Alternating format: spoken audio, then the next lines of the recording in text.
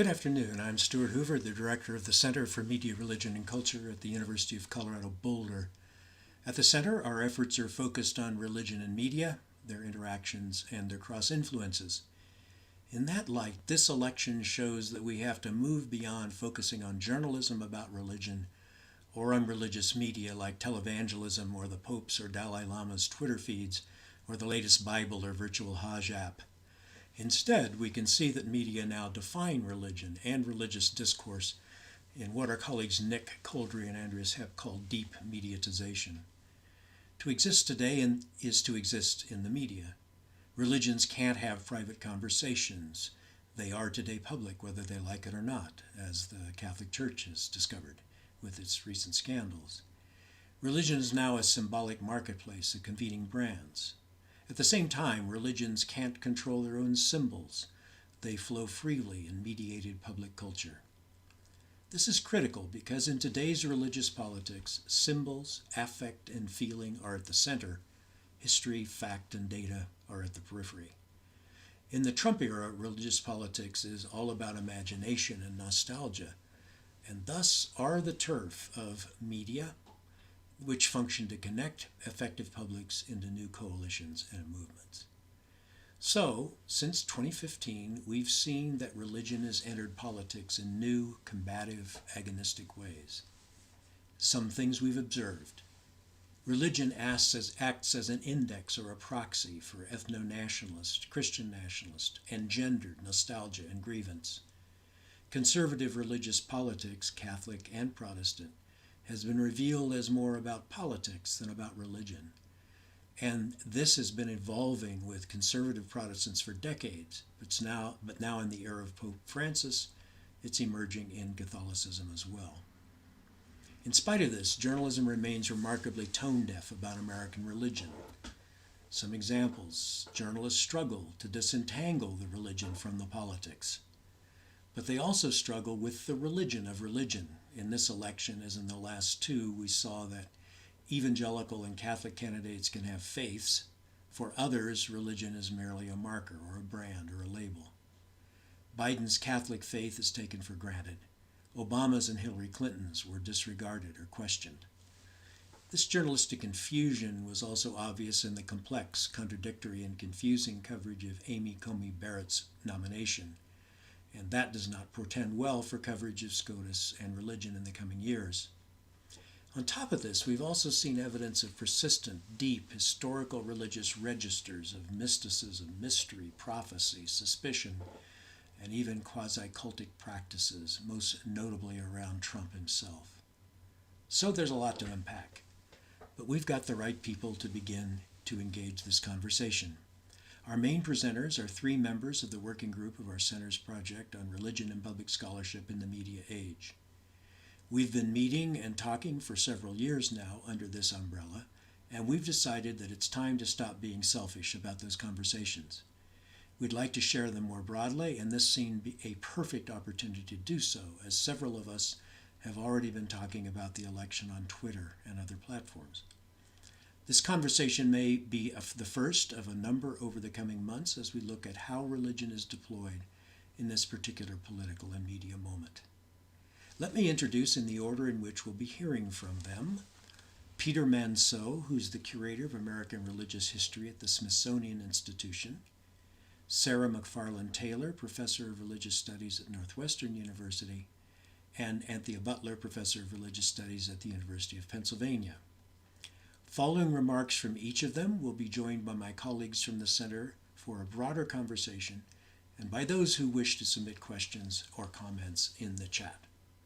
So we'll begin with Peter Manseau, who takes us on a bit of a historical trip through the question of fraud in religion and in politics.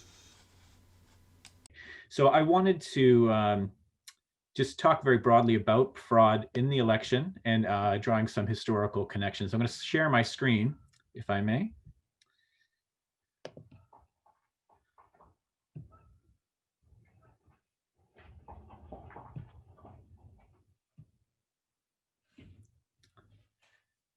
All right. So there are so many ways we could talk about the subject of fraud in 2020.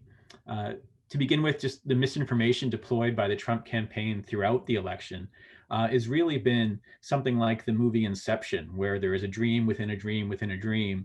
There seems to be a fraud within a fraud within a fraud, wherein accusations of fraud are part of a larger, are always part of a larger fraud going on behind the scenes. And that evolved. Hate to interrupt you, Peter, but your screen is not shared. Why don't you try it again? And we tested this earlier and it worked fine. Thank you, Stewart. Yeah, sorry. Yeah.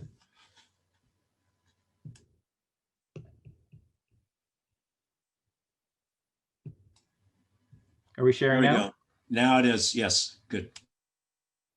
All right. So fraud within a fraud within a fraud, I was saying. It's frauds all the way down in 2020.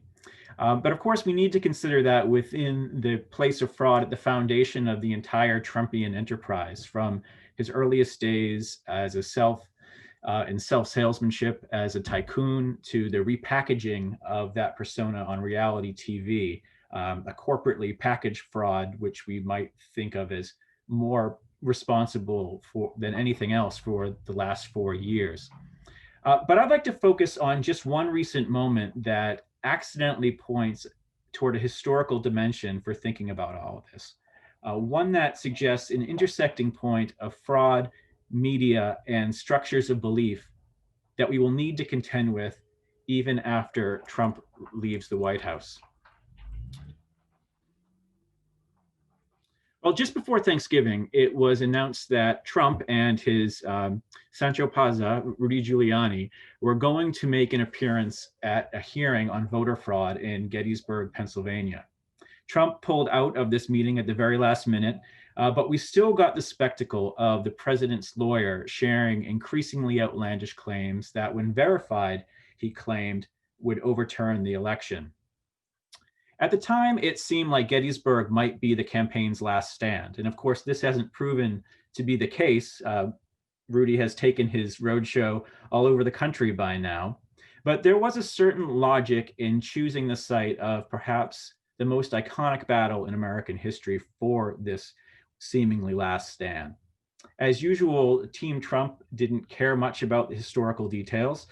They were just after a vague sense of symbolism and significance that they thought the site of Gettysburg might lend their cause. But what struck me in this site was the resonance with part of Gettysburg's history that they likely didn't know about. One that positions it squarely within an overlapping history of fraud in American media. Beginning in the immediate aftermath of the Battle of Gettysburg in 1863, many of the images most associated with it were actually what we would now call fraudulent. Perhaps the most famous was this one. This is a photograph taken by Alexander Gardner in the days following the Battle at Gettysburg, a photograph that he called Home of the Rebel Sharpshooter. But what you'd never guess from seeing this image is that Gardner actually arrived at Gettysburg long after the fighting had taken place, but he was able to wander the battlefield before all the bodies had been taken away. He, in fact, spotted this corpse of a Confederate soldier in a field that was ragged with shell marks and hard to see the body. So as an artist, he decided what he should do was drag this body 40 yards up a hill until he found a more photogenic spot to take this photograph. He carried with him a prop rifle, which he arranged by the Confederate dead in order to tell a story which he would then sell to the marketplace. Now, he knew going to Gettysburg that he was there to make marketable images. His former employer, Matthew Brady, who's often considered to be the first photojournalist in American history, had caused a stir at the Battle of Antietam by having a gallery exhibit of similar images of the dead. So there was a market incentive to capture images of the dead and bring them to the American people, to sell them to the public. Now, seeing the success of an image like this that Gardner was able to capture, his former employee didn't want to miss out on the opportunity to do the same. So 2 weeks after the fighting at Gettysburg, Matthew Brady arrived, and by then all of the war dead had been taken away. But he was able to go to a spot where some of the most fierce fighting had occurred and induce his assistant to lie down and play dead while he took a photograph that he then passed off as a casualty of the war. Perhaps most notoriously, 4 months after the fighting at Gettysburg, a local photographer by the name of Peter Weaver arrived to take similar photographs, but he brought with him at least a dozen Union soldiers who he induced to lie down and play dead for the sake of taking more photographs. Interestingly, the two men standing here were purveyors of a local embalming service, so this image may have in fact been a kind of advertisement for their services. So one way to look at these images might be to say that Gettysburg has always been a good place for the manipulation of information for financial gain. It's always been a spot of grift that Rudy Giuliani might have recognized. Everything about these photographs is about creating products for the marketplace. But we should also take into account what we might call, in this instance, an evolving ethics of new media.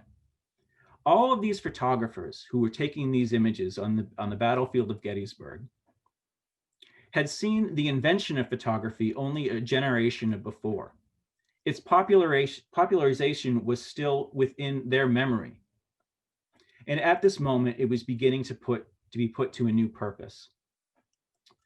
So all of these photographs were in the first generation of photojournalists, but it's important to remember that there was no ethics of photojournalism when they were doing this work. There was no sense of what was right and wrong about the objective, trying to capture objective images with photography, still a very new art and medium. Rather, they saw themselves as answering a demand. At a time of unprecedented loss in American life, people wanted to see the war dead for themselves, and these photographers found ways to do so. In the process, they discovered that giving the people what they want creates an ever greater need for it, which can only be met through ever greater artifice. Consider the trajectory of these images. From a corpse moved uphill, to a man playing dead, to a dozen men lying down in the spot and playing dead where other men had actually died. Off the battlefield, this desire to see the dead and to use new media to create it created a vogue around this time for spirit photographs, images that captured not only the dead themselves, but purported to capture their souls, as in this image of Mary Todd Lincoln, pictured with the supposed ghost of Abraham Lincoln after his assassination. While the market incentivizes creating these types of images, the media in turn supplies a permission structure in which to believe it, creating the idea that this new media is so powerful that it can even see souls who have been lost, which then increases the desire and expectation of its audience. Which I think brings us back to Rudy Giuliani in Gettysburg, seen here with the disembodied presence of Donald Trump in the form of the cell phone in which he called in to speak to this meeting. I think that what we're seeing over the past 6 weeks or so is the effort in real time to develop a new ethics of dealing with misinformation in new media. There's a challenge to reporting on disinformation because the media itself is unavoidably part of its spread. We can see this, for example, in Twitter's recent and reluctant conflicting efforts to provide correctives to Trump's tweets. Beginning just in May, Twitter began to tag Trump's tweets that may be questionable, and more recently, using slightly stronger language to do so, but all the while unable to either refuse to publish disinformation or to call it what it actually is. If social media has not been more forceful in preventing itself from becoming a misinformation machine, it may be because that it recognizes that there is an incentive for this information. Misinformation meets a market demand for affirmation and expansion of beliefs which are ever more removed from reality. In the process, it disrupts the ability to distinguish fact from fiction, which in turn makes ever more disinformation desirable.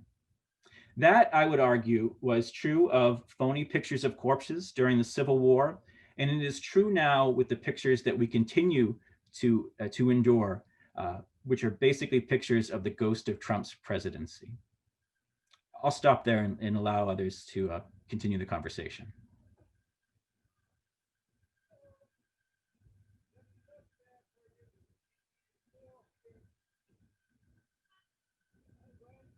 Okay, so I guess I'm up next. Peter, that was amazing.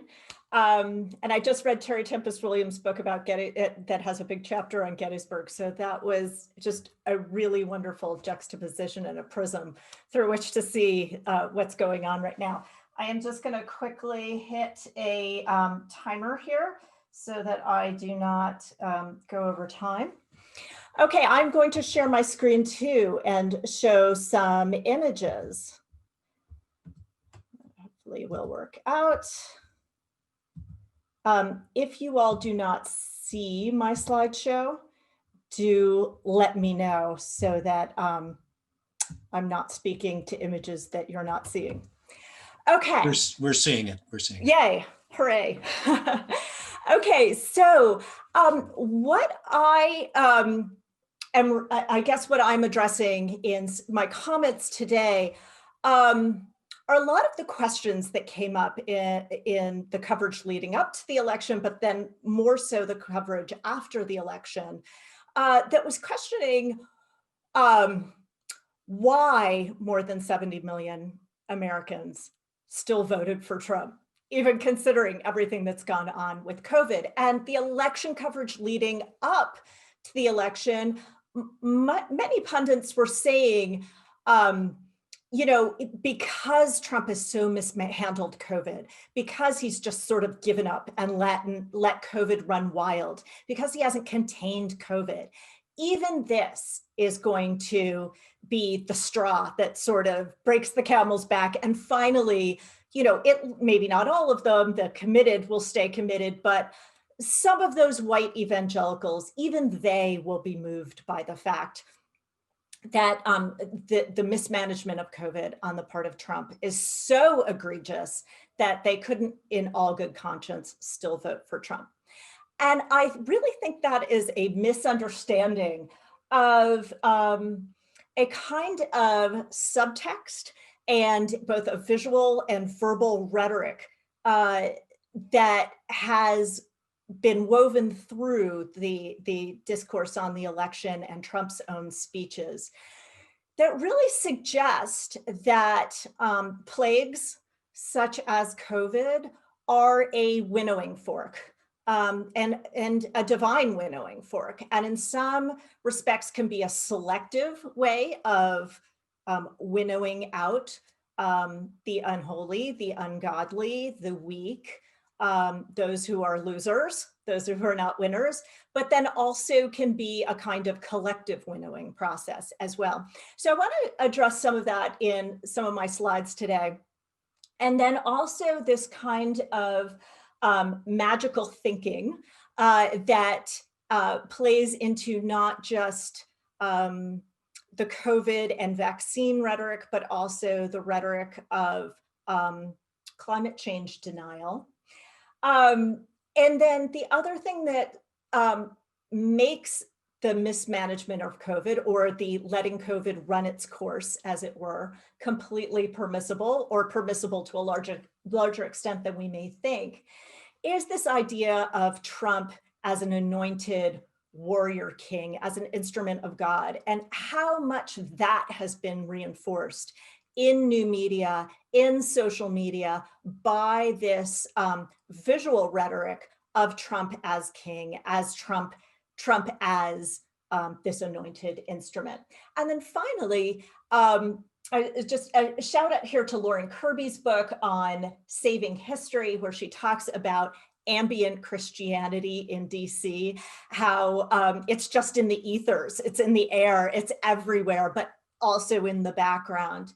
I also want to talk about ambient new thought and how this change your mind, change your life, that right thinking and right believing has material manifestations, and the association of Trump with New Thought and a kind of Christian libertarianism also feeds into this question of why 70 million people and the bulk of white evangelicals ended up voting for Trump despite the COVID disaster.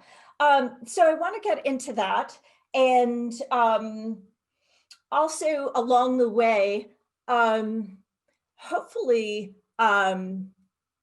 challenge this notion of many of these ideas being marginal and fringe. I want to suggest that they are much more central than we might imagine, and that this is also something that journalists miss when looking at white evangelicals and Trumpists. So we began this presidency with the formation of POTUS Shield. I've shown this slide in a number of presentations. POTUSShield.com, which was created by charismatics online, but expanded beyond that to be this kind of force field, this force shield that would go around the president, that would go around the White House, that would defend him from spiritual warfare, that would defend him from demons.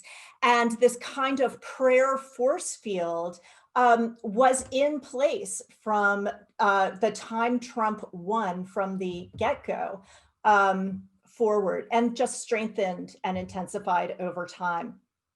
This has evolved into a number of really interesting media works. One of them that came out in October 2020 that picks up on this, casts this as evangelicals entering the Secret Service, how they're special ops prayer warriors, that they're in this embattlement, or this perpetual battle, or this perpetual war to most recently deliver us from this deep state conspiracy, this demonic sabotage. So we begin with this sort of magical thinking of the POTUS Shield. It evolves into even more magical thinking and this kind of Secret Service prayer warrior ops brigade. Here we see Trump depicted in visual rhetoric here as the ultimate in masculine Christianity. So also this visual rhetoric of Trump as king on the throne, God is on the throne, and that's why Trump is on the throne, also plays into this kind of strong legitimacy, strong resonance of Trump, no matter how COVID is being managed or mismanaged, as being this kind of legitimate ruler. In terms of this magical thinking, we have many recent precursors to understand this way of thinking. One example would be Jerry Falwell's attributing the World Trade Center disaster to being retribution from God for America letting pagans, abortionists, feminists, gays, lesbians, and the ACLU run amok. We also saw examples in 2012, famously in the press, of this magical thinking of Todd Akin, the Missouri congressman, who said in a very public statement that abortion, legal abortion from rape was really not necessary because a woman's body magically shuts down and stops pregnancy when she's raped. We see a lot of this magical thinking from white evangelicals around climate change, that this is manufactured data, that it's not happening, or that it's God's special plan to enact climate change. There's a whole host of evangelicals who imagine climate change, or the notion of climate hoax, as being a green dragon that's trying to attack and threaten our culture. And so a lot of their media materials talk about resisting the green dragon and defeating the green dragon. And many of these groups are also funded by groups that are funded by the fossil fuel industry. But this sort of rhetoric of climate change as fake hoax. Previous plagues, such as AIDS, we also see a kind of antecedent or a precursor to the COVID interpretation of COVID as this kind of winnowing process. Certainly, Jerry Falwell was outspoken about AIDS as being God's punishment for homosexuals and being not just a selective winnowing, but a sort of divine retribution on the nation. But ultimately, it's God's business to winnow, to separate the chaff from the wheat. And so there's a way in which for COVID, not just this magical thinking of it will disappear by a miracle, like a miracle, but also a subtext of letting the virus run its course really is about allowing this divine winnowing process to take place, to let it do its work, to let God do his work in winnowing out the weak. Here we see this this image that was spread all over the media of Jesus is my vaccine. I think there are two things, or there are multiple things going on here, but two things that are going on here is that yes, the elect, the saved in a very Weberian sense, will be spared, or they will get the disease and they will be strong enough to survive, and this will be proved that they are stronger. But then I also see this dovetailing with Trump's Minnesota speech, where he talked about the racehorse theory and how it's not just true for racehorses, it's true for humans too. And you in Minnesota have good genes. There's a way in which he cultivates this narrative of his followers being the elite, being royalty, being in line with a superior heritage. So not only genetically, but this ties into a lot of evangelical rhetoric that preachers like Joel Osteen uses in his I am affirmations, when he says that you should repeat, I am in, my royal blood flows through my veins. I am in the divine lineage of God. But then also this Jesus is my vaccine smacks of the kind of new thought of the power of positive thinking, and that I will not get the vaccine because I have sort of the right thought going on. And we saw that really in the very public coverage of Carl Lentz from Hillsong, New York, where just a week before he got COVID, he was making fun of people for getting COVID because they didn't have their mind in the right place and they weren't utilizing this kind of mind magic. Oh, that's it. I'm out of time, but I will just briefly say that this winnowing narrative a few more minutes, is, that's right. I have a few more minutes. Okay. I'll just briefly say that this winnowing tool narrative of COVID as a winnowing tool is out there, and it often gets shaded or cast as being a kind of ethnic or racial winnowing in Christian nationalist and white supremacy terms. It's also tied into this kind of Christian libertarianism of letting people who don't have health care die, as famously came out in the debate in 2011.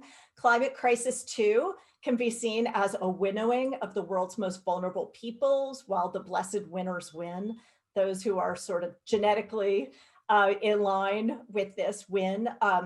In Trump getting COVID, saying he's fine, recovering so quickly, even though there were many extraordinary measures taken that normal people wouldn't have access to, is cast within evangelical circles as this demonstration, this test, blessing, this question, did he pass the test? Yes, he did pass this test.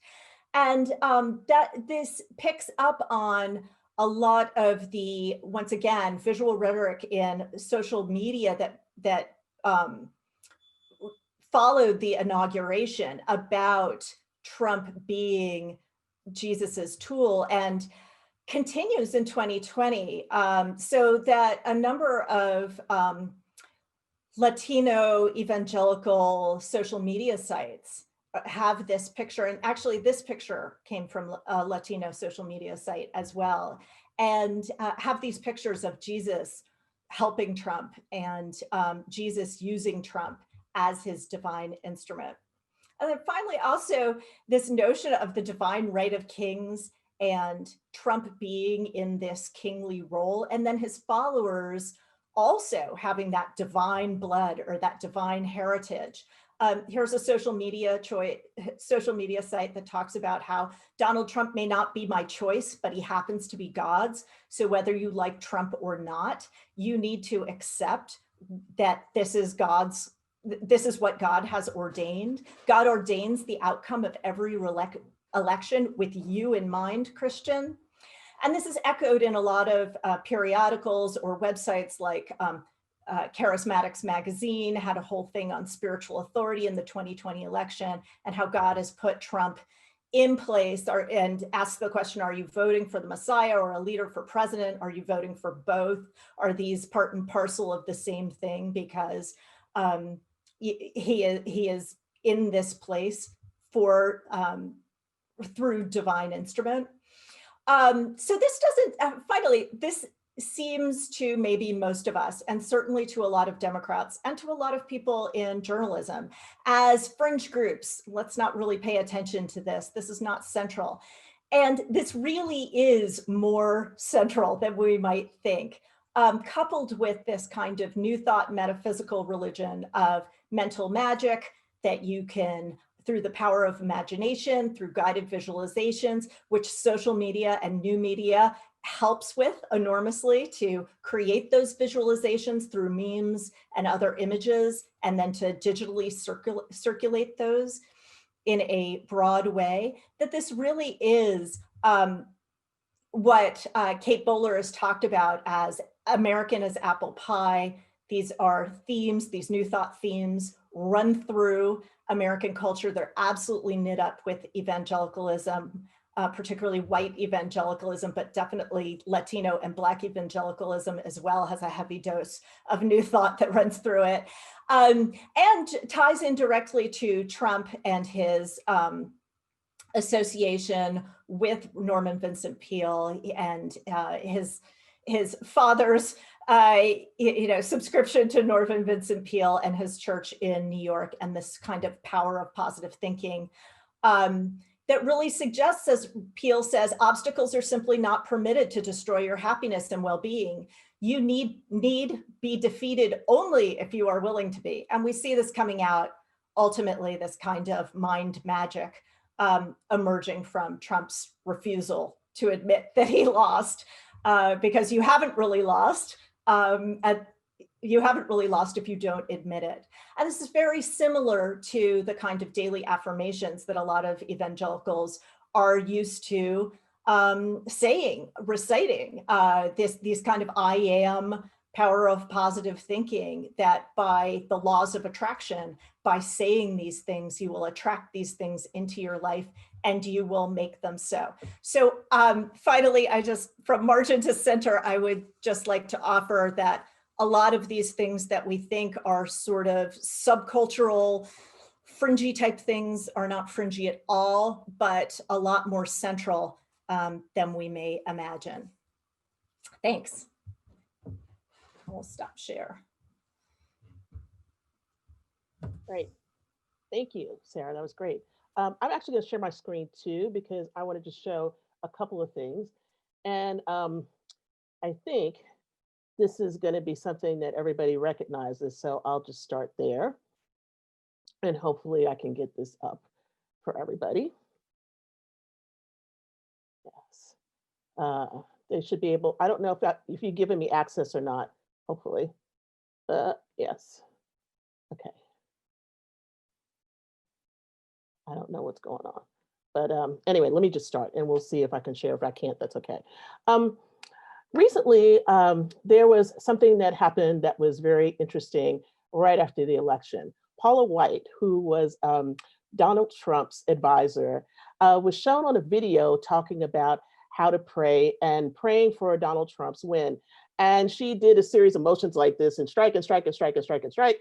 And then she started to talk about how she needed angels from Africa. And then there was some hapless guy in the back that kept walking behind her, who everybody wanted to know about. Can everybody see that okay? Everybody see Paula White? Great, let's go there from the start. And this created a lot of memes. And it would be fun to go through all of the memes that they were there, but especially I love this one with the cat who bobs his head up and down. And somebody gave her a hammer to strike with and everything.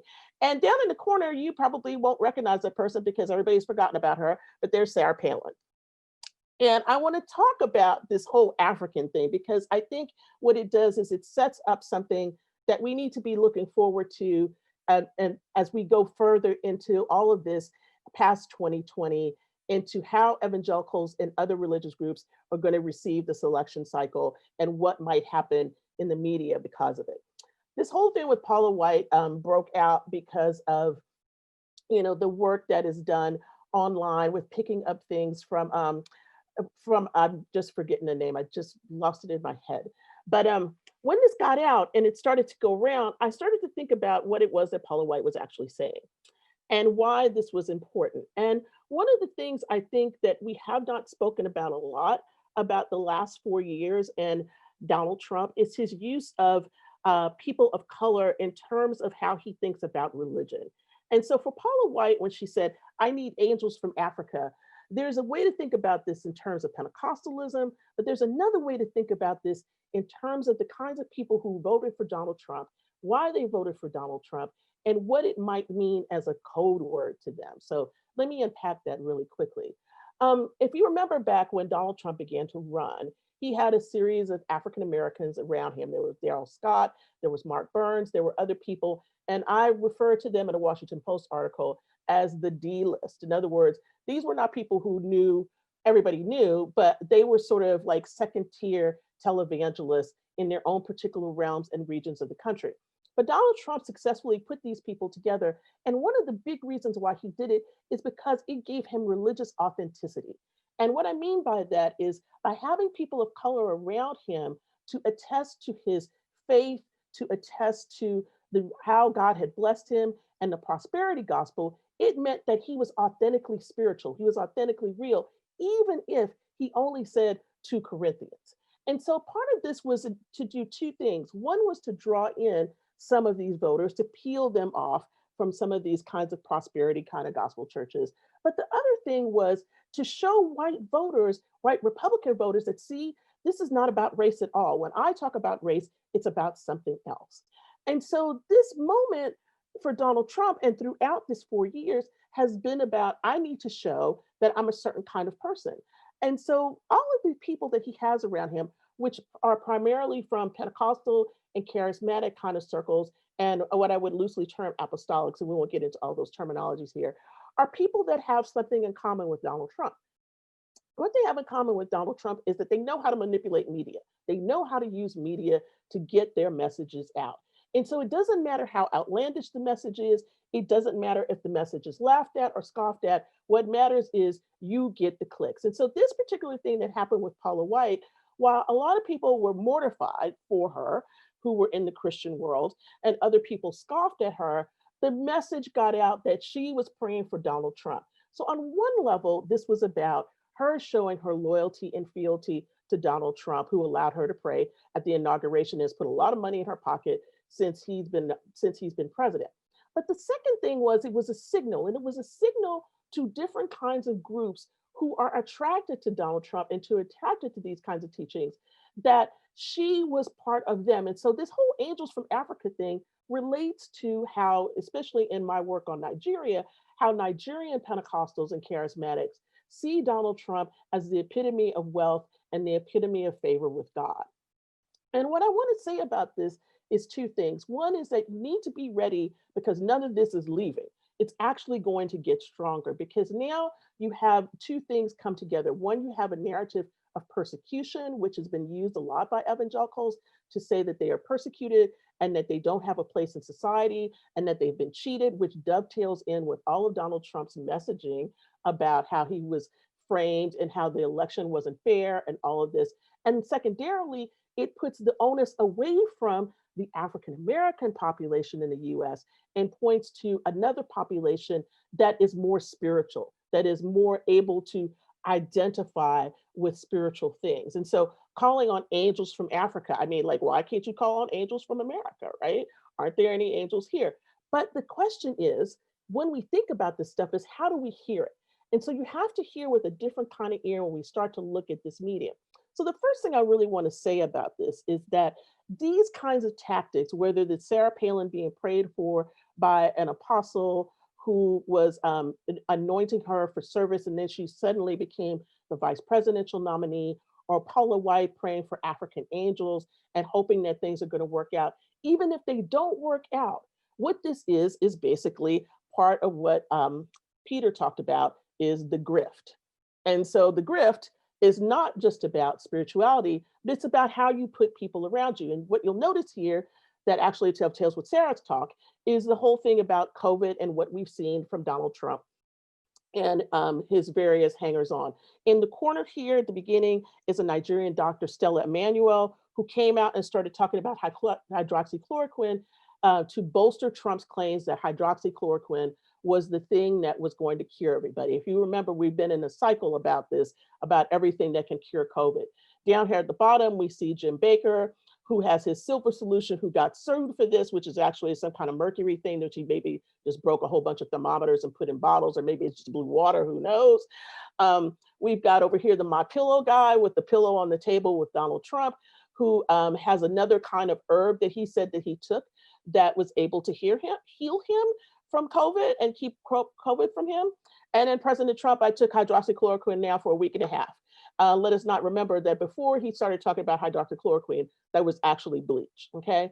Now, how is this related to number one? Well, this is related to number one because what I wanna say is that this is actually about a complex of how media is used by televangelists. And if we stop thinking about Donald Trump as a politician and think about him as a proto-political televangelist, then we get a sense in which how we understand this media complex that surrounds him, the kind of media complex that was already there in the beginning, that was by TBN and other kinds of religious TV stations, and actually came out as one of the things that was a forceful use of how you get across different kinds of information to people who are very A, gullible, B, willing to listen to these things because they are spiritual, and C, want to see themselves in the midst of some kind of miracle. In other words, the narratives that are being put out by all of these things allow people to take part in a narrative that puts them at the center of the story. In other words, if I take hydroxychloroquine and I'm healed, I can be on TV and speak about this like anybody else. It makes you the star of the show alongside of all of these other people. And so what I think we're seeing here is a different kind of use of media that we need to think about is how this media actually centers people in ways in which they find their stories in the midst of these other kinds of stories that may seem outlandish to us on the outside, but actually bring them into a group. And if we start to think about Q, which I don't even want to get into here, but this is a big thing, Q makes you part of that story. It makes you part of the conspiracy. It makes you a vital part of everything, and it puts the focus on you. So this is where we have a tension, and the tension that we have about this in religious studies, especially if I think about this in media studies, we tend to think about people as groups, but maybe we have to shift our thinking and start to think about how the ways in which these new media kinds of activities and the kinds of things that we see being put out on the screen really force people into a space that they are seeing themselves as the star of the story rather than everything else. And so that's one place I see that Donald Trump will be able to continue and how all of this is going to go forward, because what you have to have is a cause. And he has perfectly set up the cause about how he's been cheated out of the election, allowing people to see themselves in the narrative that makes them feel as though that they have a part in which to play in how to redeem the story. And so he's provided a narrative for everyone to step into, that they can become a star just alongside of him, whether that's a star about using a cure for COVID that cures them, or participating in actions like we saw in Michigan with the militia group that wanted to kidnap Gretchen Whitmer. If we think about that, then we can start to see media in a different kind of way. Because what we haven't really accounted for are the ways in which we haven't talked about this, and we can talk about in the Q&A, is how media got used in this election cycle through Twitter and Facebook and other means to put out not just true information, but to put out a lot of false information that people could A, latch onto, and B, pass around themselves because they were also purveyors of media. They could produce media, they can show media, they can do all kinds of things. So the kinds of little videos that you saw of people going to people's houses and protesting and doing all of that, it puts people who are strong believers in that media framework. And so whatever it is that they're promoting, whether it's somebody else's conspiracy theory or their own personally deeply held belief, it puts them there. So that's one piece of this. The other piece, and I'm just going to show this picture very quickly, is of Joe Biden. Here we have our second Catholic, soon to be president of the United States. And you notice that he has a slogan here, battle for the soul of the nation. Now, disclaimer, I was part of the Catholics for Biden group and spoke a lot about this, but I think it's really important and instructive to kind of think about where things are going to go with Catholics in this cycle, because I think this is an important piece of the media conglomerate that is being built. We tend to think about media conglomerates that spend time promoting bad information as being maybe Fox News or Breitbart or other sites. But I think in this particular case, we're going to see a different kind of battle come up from 2020 and beyond. And that's going to be from Catholic media, whether it's going to be Eternal Word Network and other kinds of conservative Catholic media, vis-a-vis traditional Catholic media that is promoting certain kinds of beliefs and favors. And we can see some of this with what the U.S. Conference of Catholic Bishops just said about warning Biden about his beliefs on abortion and whether or not they will let him have communion or not. This is the next battle to set up. So I would say that there's two frameworks that I'm thinking about for the future here, and I'm going to stop sharing my screen for a minute and come back to the front. What I think we need to think about are a couple of things here. One is in which there's already a media complex that has been used very strongly to get information out, and that social media, whether that's Twitter or Facebook or some other sites that have come up to been created because people have been kicked off of Twitter and other things, how these sites have actually made it easier for people to get the kind of information and to make these kind of connections that they need to for conspiracy theories or other kinds of things, and that what we may see as bad press, i.e. Paula White in prayer with her shirt kind of falling off, is actually good press. It's actually good press for them. And we have to really change our thinking about that. Every time we see these messages come forward, these messages are amplified and amplified and amplified in such a way that these things stick and they begin to craft a narrative that those people want to have.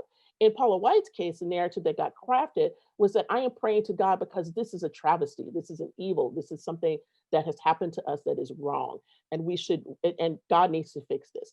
And if God doesn't answer that prayer, she's just going to move on to the next thing, but she'll be able to say that this was wrong. And so that makes it a lot easier for her.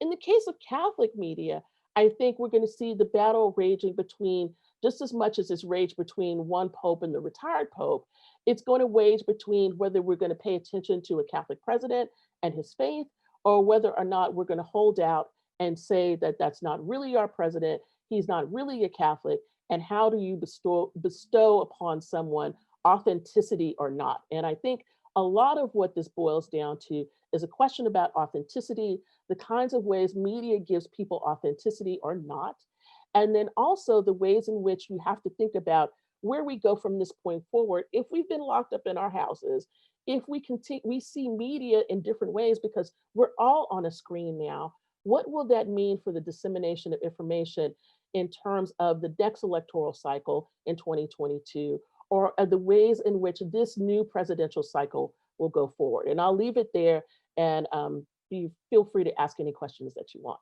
Thanks.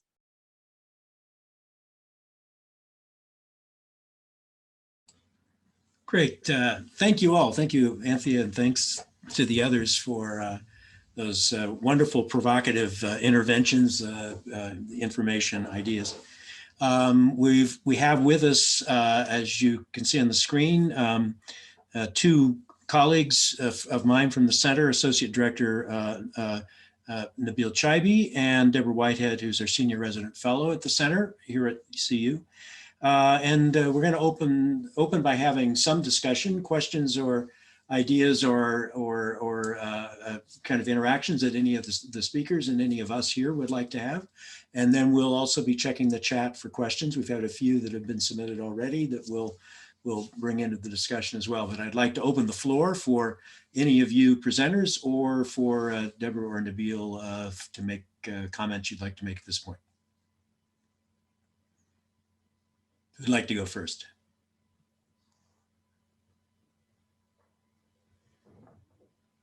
Sorry, I just wonder, given the time, if we should just go ahead and open it up for to the chat, sort of. Well, I wanted to give time for interaction if we Okay. have it. I think we can kind of make it work. So we're counting on about another 20 minutes of time together. So, so any thoughts or any reflections? I think just one thing that I saw in the chat fly by that I think was very interesting in relation, I think as well, while Anthea was speaking, that idea of celebrity and the idea of you, the media making you celebrity. We also saw that in the people who claim to have seen fraud and then, in the election, and then they end up, celebrities. So it doesn't matter what the celebrity's about. It just matters that you are a celebrity. It doesn't have to be true. I think that's If I could just add to that, Stewart, that's one other further possible resonance with earlier moments of new technologies being introduced is that was one of the reasons why portrait studios in the 19th century really became very popular, because you had the opportunity to sit in front of a camera just as any celebrity, just as Lincoln or Barnum would have sat in front of the camera, and you for that moment were the still point in the universe. You were being captured by the camera and allowing you to feel that you were a celebrity in that way as well. And Thea, I wanted to thank you for those comments about allowing people to feel the star of the show, because something I've noticed in Trump campaign fundraising emails that I've been having a hard time articulating, but has really been fascinating to me, is there's often this language urging people to not miss the opportunity for Trump to see your name. If you put yourself on the mailing list or you make a donation, the president will see your name. And that idea of being seen by Trump seems to be so powerful within the rhetoric of his support. Will you be seen by Trump? And that is their opportunity to be the star of his show for just an instant.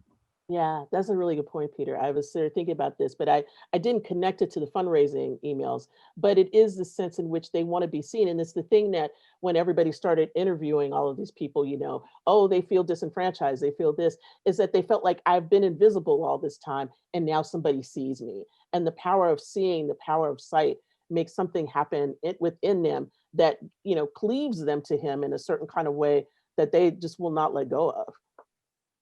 Also, I just wanted to add, since I have a Christmas tree in the background, there's a Santa Claus aspect to those fundraising letters from Trump, that he has this weird Santa Claus-like omniscience, like he sees whether you are being loyal or not, and you're donating or not. He's wondering why you haven't donated yet. He's upset with you that you haven't done it. And it creates this personal relationship with Trump, almost like this personal relationship with Jesus, where you're being surveyed constantly by Trump. Trump can see what you're doing, see whether you're being good or not, and you're supporting him or not, much like Jesus is seeing everything you do. I'd be curious to see, based off of one of the questions that's been asked, how this kind of like being seen, that especially that you're talking about, Sarah, may be part of or play a role in the relationship that developed between Trump and evangelicals. Because there's a question wanting to know how Trump became the darling of evangelicals in the first place. Oh, you go first, Sarah. Well, I mean, I think there's a lot of complexity to that. Wow, how many ways can we tick this off? That the media just completely, the journalists totally missed when they thought the grab them by the pussy thing was going to be an issue, which it clearly was not going to be an issue to evangelicals. So I think one is, you know, I remember Ann Coulter having that famous, issuing that famous statement that he can perform abortions in the White House for all she cares, because he was so conservative on all of these other issues that evangelicals actually politically care much more about. How the abortion thing was actually incidental to that. I think he is, speaks to this kind of aspirational evangelicalism that, you know, he is prosperity theology writ large. I think the New Thought aspect that he is so strongly associated with appeals to evangelicals. I think this is actually one of his appeals to Latinx evangelicals as well, this kind of aspirational Protestantism. You know, there's just so many areas of dovetailing. I mean, there's Jeff Charlotte's case for him being the Wolf King, the fulfillment of the Wolf King that had been prophesied by the family and the Cedars, and that whole sort of kingmakers culture in Washington, D.C. Anthea, you can probably add much more to. Oh, I only have one thing to add. Yeah. Racism, new book Oh, coming and out. racism, March. right. Racism. I mean, it's about whiteness. Yeah. I mean, he is the epitome of whiteness, and he's done all of these things to sort of show you this. And so I think, you know, for evangelicals, the hard thing has been is to realize that, you know, finally they found a man after their own heart, except he was just really blunt about it. And he didn't couch it. He didn't hide it behind the moral issues that they normally hide all of this behind. So, yeah. Thank you all. This is really very rich, and I'm learning so much. And I'm also scared after having listened to you, as usually happens, because I know that you bring in really the real thing, and the analysis is always very captivating. I wanted just to ask this question or add this comment to at the beginning of the Trump presidency, when Steve Bannon was making the tours of the media, and as people were asking him about sort of this rise to fame and this win of the presidency, he used to say that there is a strategy behind it, and the strategy is to, you know, spread as much shit as possible on the internet. And actually, these are his words, right? Sort of just spread confusion, because at the end of it, he said, it's not so much about belief as it is about the manufacturing of uncertainty, right? Whereas what we're hearing from you is actually a lot about a certain kind of belief. Maybe it's not the belief in facts, but it's a belief system about something that is so fundamentally, established among a particular community, right? And they want to believe these things, and then Trump has become really the vehicle for him to be doing this kind of things, right? Sort of, I also remember at the beginning of, right after Trump won in 2016, a lot of people on the internet were comparing the elections of 2016 to Flight 93, right? That if Flight 93 is going to do something really bad, if we cannot stop it now, and then, you know, just fly it to the ground, things are going to be really, really bad, right? And so this is the kind of stuff that is behind this veneer, and the confusion that is very much the noise of the media, but also the strategy of Bannon to also, act as kind of a shield against the stuff that is happening in the background, which is a lot more interesting and also a lot more, I think, substantive in terms of the severity and also the interest, the importance of what these folks are believing. So it's just this juxtaposition of belief and confusion, to me, is really fascinating, how these sort of two things are working in tandem, and you don't really know which one is, gaining the upper hand on the other, but they are both happening at the same time. I'm curious about any reflections you might have about that. Yeah, I think we didn't take Steve Bannon seriously till we should have taken him seriously, right? I mean, he's an interesting figure. I think that somebody can write about historically because he's gone through these different kinds of phases. He was with Palin, he was with Trump for a while. Then he started messing around with the Catholic Church. Now he's got a case against him, and he wants to chop off some people's heads. You can look all of that and say it's confusing, right? But I think that the confusion coupled with all the misinformation and disinformation creates this setup in which you can pick and choose what you want, and you can construct your reality the way you want to. And that reality is buoyed by these silos of information that you can construct your own Facebook group. You can make sure that you follow the certain people there. I'm forgetting about what the site is. That's the comparable conservative site to Twitter that everybody's been using that just got hacked recently because everybody gets, Parler. thank you. Parler, that just got hacked because everybody had to put up their social security numbers, dumb. But these are the kinds of ways in which, once again, you can pull that to yourself and construct it the way you want and make it be this thing. And the reality is that all of these media empires that are conservative media empires, I used to call it's a food chain. And you go from the bottom to the top. It used to be able to move really easily. Now it's not so much that way anymore, but usually things used to start in these blogs and they went up to Breitbart, and then they finally, in 2 weeks you could see it on Fox, right? Mhm. It was a very predictable kind of thing that you could see. Now it's much more fractured, and I think actually much more dangerous in certain kinds of ways. Yeah. I wanted to, there are a number of questions that have come in that I think kind of are in one umbrella in our conversations. And that is the extent to which much of what we're talking about is how the media age has thrust these kinds of conversations into a public space. And this access to the public and the location in the public becomes this definitive kind of location. One of the questioners points out, of course, that this being seen is something that Trump has really milked, his idea that, I see you, your interests in this kind of public sphere, in this public space of discourse are important and valuable. We've had a couple notes too about conservative Judaism and how, even though the specifics are not quite the same, that Haredi Jews and conservative Orthodox Jews are very much looking at in this public discourse about trying to come up with a kind of a religious or a faith-related way of interpreting the meaning of coronavirus.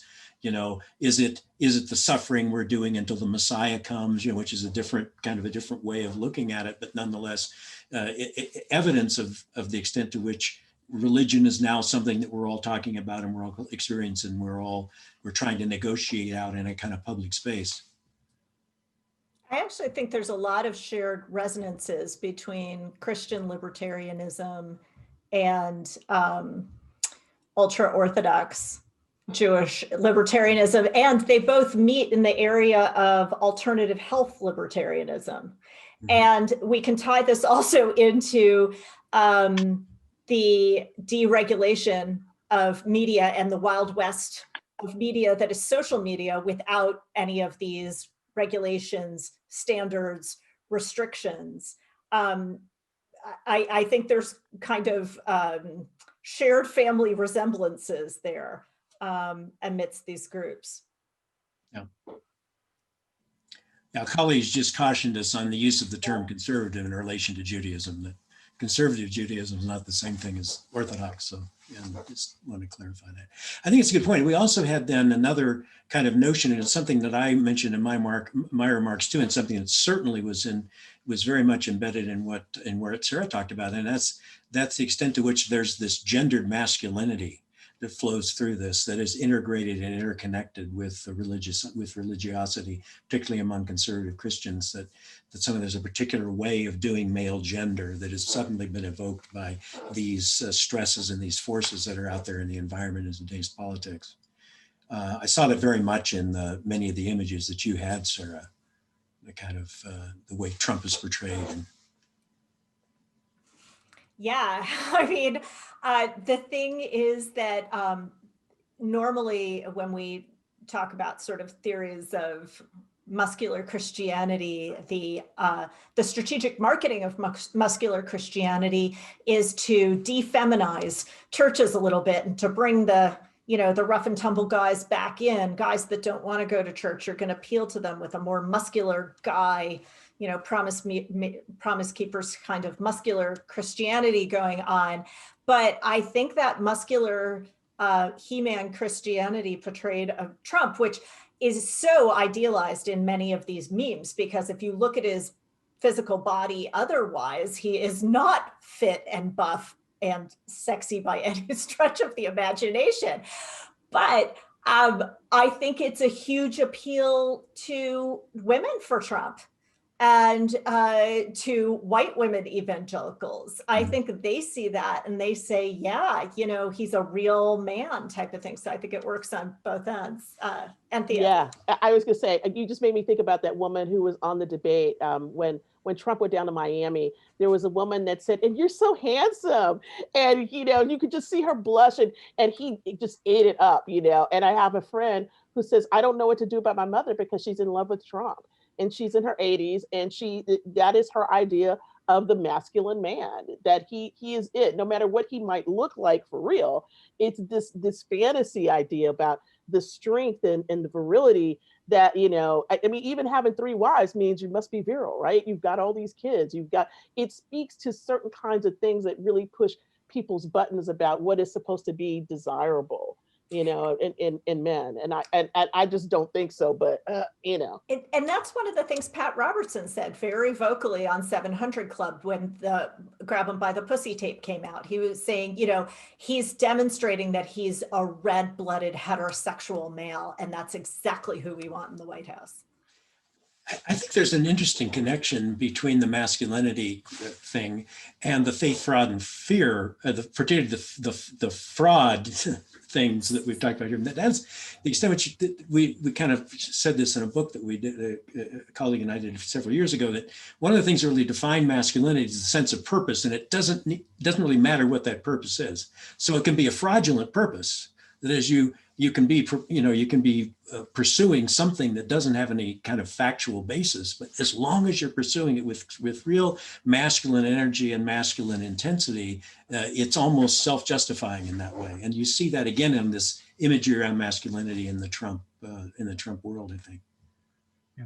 The image of Joe Biden as Christian and as Catholic specifically, it provides an interesting counterpoint in this. If you look, for example, at a piece by Fintan O'Toole in the New York Review of Books last January of 2020, called The Designated Mourner, really locates Biden's identity as a Christianity within grief and within mourning, which is really a counter to all those examples of what masculine Christianity is supposed to be, which raises the idea that Catholicism itself is presented in some of this discourse as a feminized form of Christianity, a counterpoint there represented in Biden's depiction of the faith.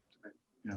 And indeed, in Jeff Charlotte's really horrifying piece but well written in Vanity Fair, when he embeds himself in these Trump these Trump supporters at rallies, they're performing these little plays of Biden sniffing at little boys' butts and being casting him as a pedophile, a homophobic or a homoerotic pedophile. So and many of those same images were applied to Obama as well, as of wearing mom jeans, as being effeminate, as not being a real man, as being sort of sketchy on the masculinity front. Yeah, I think Deborah had wanted in, right? Oh, sorry. I was just going to add to the masculinity discussion. In this case, I think the purpose really is pretty central. And this kind of speaks to a question or a comment that someone made in the chat a few minutes ago about a recent book called Jesus and John Wayne, where there's this argument about the need for a kind of masculine strongman to unite the forces of good against the forces of evil. So the very polarized kind of culture wars context that we find ourselves in, where the religious right is sort of feeling like they've been maybe on the retreat or on the defensive for the last decade, let's say, certainly for the Obama years, and now need this kind of strong advocate in the White House to help them,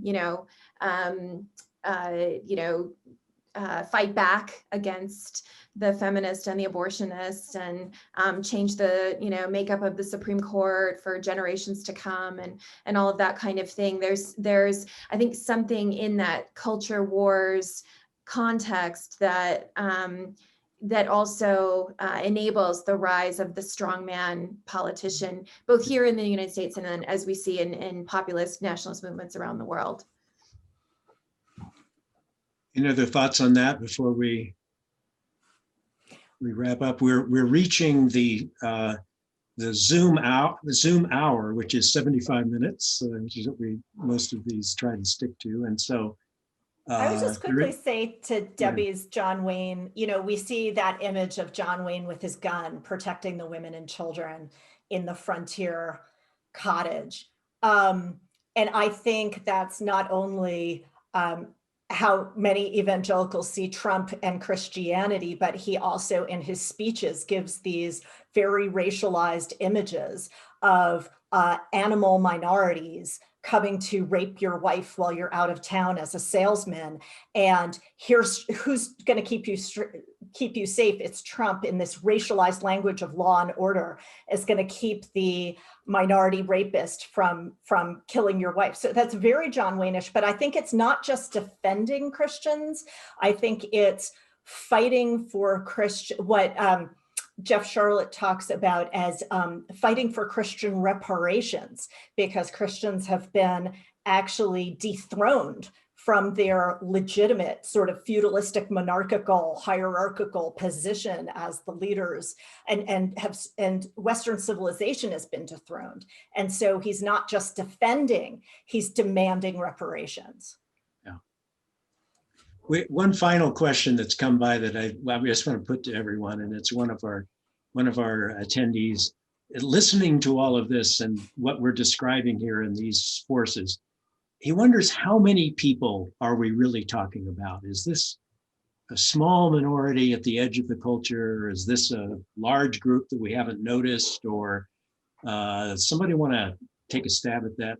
How many people are we talking about? I'm going to put it to you this way. How much money is Facebook making? How much money is Twitter making? How much money is Fox making? How much money is any other platform making right now that promotes Trump or promotes anything else? And I think you'll have your answer. I think that it's not about how many people are doing it. It doesn't take that many people. It only took Timothy McVeigh, right, to bring down a building. It doesn't take a lot of people. I think when we think about the numbers, that's a misnomer. I think what we need to think about is, how is this indelibly changing the conversations we have? How is this indelibly changing the kinds of media structures there are? How, what kind of thing do we see happening in terms of our political situation, in terms of what's happening with coronavirus right now? That is your answer. The fact that there are people who go to the hospital and are saying that this is not real when they're about to put a tube down your throat should tell you everything that you need to know about how many people there is that think this is real. Great. Thank you. Thanks for taking that question, Anthea. And I do want to wrap it up. I think we, as I said, we're, Zoom webinars make an hour into 75 minutes. We're about at 78 now, and I don't want to burden any of us or any of our attendees any further.